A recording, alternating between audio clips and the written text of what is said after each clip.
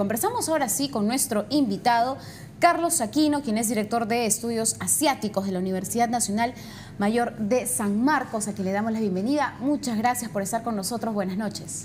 Buenas noches, profesor. Gracias por su tiempo. Estoy en la universidad, en medio de las clases. ¡Ay, en medio de la clase! A ver, profesor, justamente para consultarle en términos generales, ¿qué le parece, cuán importante es la visita de la presidenta Dina Boluarte en esto, lo que ha sido una invitación del presidente de China, Xi Jinping, como una visita de Estado? ¿Usted cómo la califica en términos generales?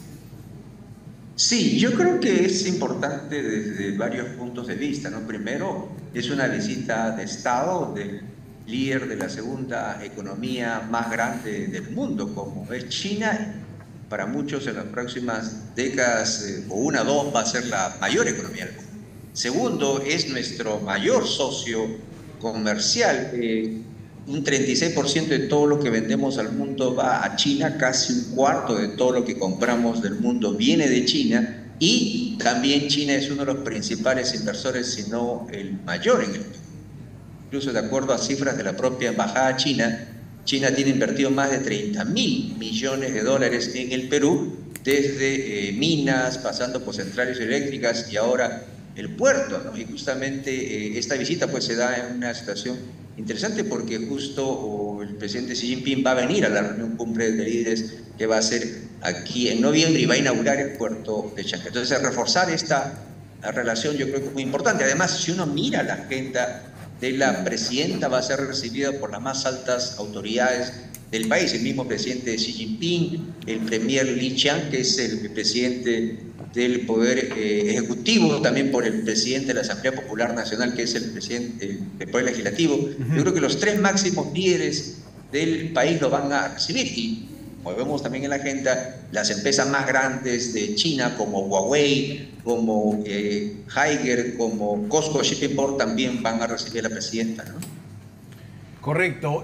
Profesor, ¿y cómo podríamos contarle a la audiencia el paso que significó firmar el TLC con China, ¿no? El paso que significó fortalecer ese vínculo comercial a nivel de aranceles, permisos, por ejemplo, para exportar productos? ¿Qué productos peruanos están en la mesa de China y qué otros productos podrían llegar también a partir de esto? Porque usted nos dice, claro, potencia mundial, pero también es gran espacio de consumo de productos peruanos, ¿no? Gran cantidad de consumidores en China por la enorme población que tienen, el enorme número de habitantes. ¿Cómo le contamos esto a la audiencia, profesor?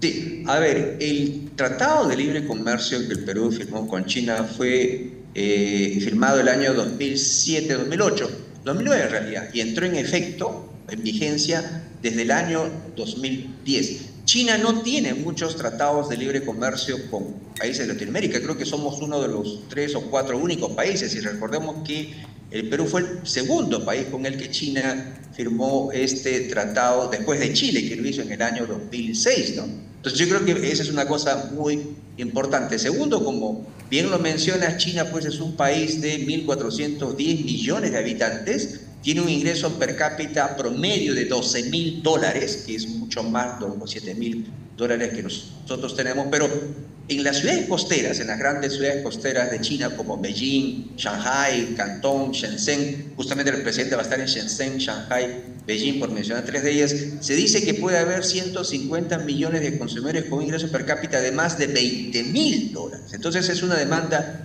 muy grande, ¿no? Y justamente China está abriendo el mercado, no tanto para los recursos naturales que ya nos compraba, sino justamente para estos productos agroindustriales. China es deficitario en 2 ítems: recursos naturales para su industria, materias primas para su industria, y alimentos para su población, ¿no? Si bien es cierto, todavía lo que exportamos a China en productos agroindustriales es muy poco, pero yo creo que el mercado está ahí, es un mercado enorme, que más bien el problema no va a ser el mercado chino, sino nosotros que no podamos ofertar los productos para satisfacer ese mercado. Todavía gran parte de lo que exportamos a agroindustria se va a Latinoamérica, Europa, Estados Unidos. Entonces el tema está allá. Lo que pasa es que, claro, la distancia hacia China es bastante lejos, también el tema de los consumidores, hay que preparar la oferta exportable, la presentación y todo lo demás, ¿no? Entonces yo creo que esa es una tarea que queda por delante para que nuestros empresarios puedan plenamente aprovechar ese mercado, que por ejemplo países como Chile ya lo están aprovechando, porque firmó un TLC antes que nosotros, ¿no? Ahora, desde Cancillería escuchábamos a los representantes, al embajador precisar de que la presidenta Dina Boluarte iba con una propuesta, por ejemplo, para la empresa BYD, ¿no? O BYD, en la que la propuesta era que coloquen una planta automotriz en el Perú y que piense en el parque industrial de Ancón, que piense en Chancay. ¿Esto suena muy lejano? ¿Es posible hablar de una planta automotriz de una de las empresas más importantes de autos eléctricos en el mundo? Sí, justamente la inauguración del puerto de Chancay, creo que ya todos lo sabemos, va a hacer más rápido el traslado de los productos peruanos a China, pero obviamente la idea es que no solo sigamos exportando materias primas, casi el 97% de todo lo que vendemos a China son materias primas. Estamos hablando principalmente de cobre, hierro, plomo, harina y pescado, algo de petróleo, algo de zinc y algunos productos pesqueros. Entonces la idea es justamente que el puerto Chancay tiene adyacente 800 hectáreas. ¿Por qué no preparar una zona económica especial para industrializar algunos productos? Y una forma, por ejemplo, justamente es atraer, por ejemplo, se habló hace un tiempo, no sé si la agenda, en todo caso hay una reunión con Huawei, se dijo, por ejemplo, ¿por qué no Huawei instala ahí una planta para ensamblar teléfonos inteligentes? Ahora se habla de la otra empresa BYD, que es la fábrica de autos eléctricos más grande del mundo, produce más autos eléctricos de Tesla. Ahora, ¿qué se necesita para ello? Bueno, se supone que primero, obviamente, tiene que haber toda la infraestructura, ¿no? Tenemos efectivamente el parque de Chancay, tenemos el parque industrial de Ancón, pero todavía no hay nada ahí. Se requiere, pues, vías de comunicación y todo lo demás. Y lo otro, incentivos, obviamente, ¿no? Como China mismo lo ha dado. Y lo otro también es mano de obra capacitada que pueda justamente trabajar en eso.